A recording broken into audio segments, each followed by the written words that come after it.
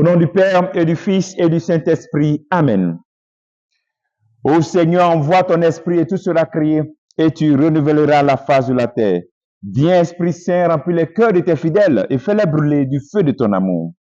Bien-aimés dans le Christ, nous sommes aujourd'hui dimanche 14 septembre et nous célébrons cette grande fête de la croix glorieuse.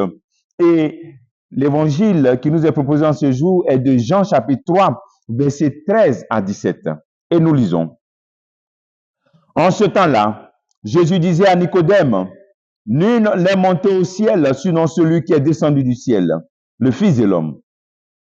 De même que le serpent de bronze fut élevé par Moïse dans le désert, ainsi faut-il que le Fils de l'homme soit élevé, afin qu'en lui, tout homme qui croit ait la vie éternelle.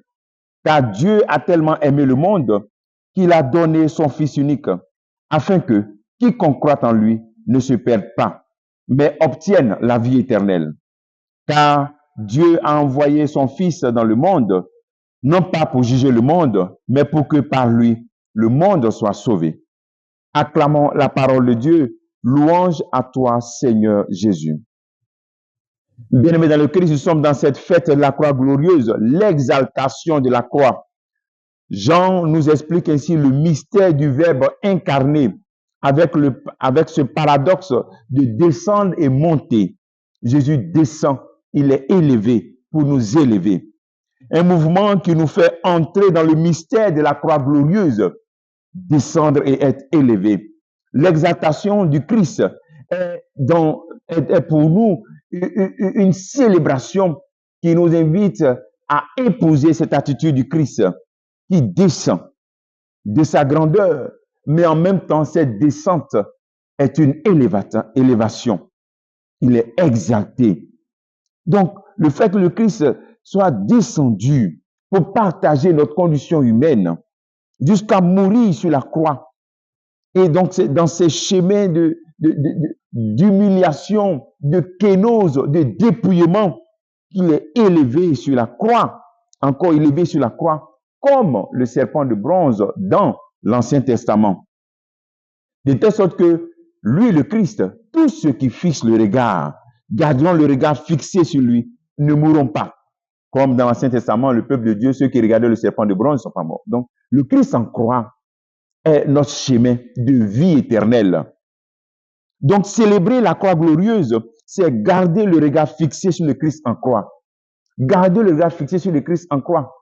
Parce qu'il ne va pas rester sur la croix. Et comprendre que dans toutes les croix de nos vies, il faut garder ce regard fixé sur lui. Dans les croix de ta vie, dans les souffrances que tu ne comprends pas, dans les confusions de ta vie, dans les déceptions, dans tes crises, garde le regard fixé sur le Christ en croix. Parce que cette descente et cette élévation sur la croix, c'est pour nous le chemin de notre exaltation, le chemin de notre paix intérieure. Il faut donc nous laisser attirer par le Christ. Lui-même le dit dans Jean chapitre 12, verset 32-33. Quand je serai élevé de terre, j'attirerai à moi tous les hommes. Laisse-toi donc attirer par le Christ en croix. Garde le regard fixé sur lui. Nous ne sommes pas en train d'adorer Jésus qui est sur la croix, il reste sur la croix pour toujours. Non. Mais nous acceptons cette réalité et cette vérité, ce mystère de ce Dieu qui se fait homme et qui meurt pour nous sauver. Et par cette mort, il nous réconcilie avec Dieu. Et donc, la contemplation est pour nous le moyen aussi de nous réconcilier avec nous-mêmes et de sortir des détresses de notre vie et ou bien même de donner un sens aux différentes détresses ou bien à la souffrance de notre vie. Donner un sens. Lui seul peut nous illuminer.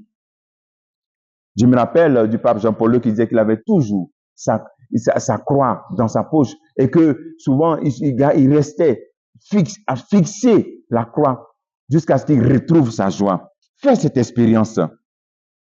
L'exaltation de la croix est pour toi aussi une opportunité de rendre grâce à Dieu. Car Dieu a tant aimé le monde qu'il nous a donné son Fils unique. Donc, c'est ce Christ qui descend et qui meurt pour nous. C'est le signe, le signe extrême ou bien l'expression extrême de l'amour de Dieu pour toi. Rends grâce à Dieu. Ne dis jamais que Dieu t'a abandonné et que Dieu ne t'aime pas. Dieu a tellement aimé le monde qu'il nous a donné son Fils unique afin que quiconque croit en lui ne se perde pas et qu'il obtienne la vie éternelle. Que cette vie éternelle soit débordante dans ta vie et que tu y aspires de tout ton cœur, de toute ton âme et de toutes tes forces. Comme travail que tu peux faire en ce jour, c'est de répéter en cette journée ce verset de Philippiens 2, verset 11. Jésus-Christ est Seigneur à la gloire de Dieu le Père. Répète, Jésus-Christ est Seigneur à la gloire de Dieu le Père. Jésus-Christ est mon Seigneur à la gloire de Dieu le Père. Que Dieu te bénisse au nom du Père et du Fils et du Saint-Esprit. Amen.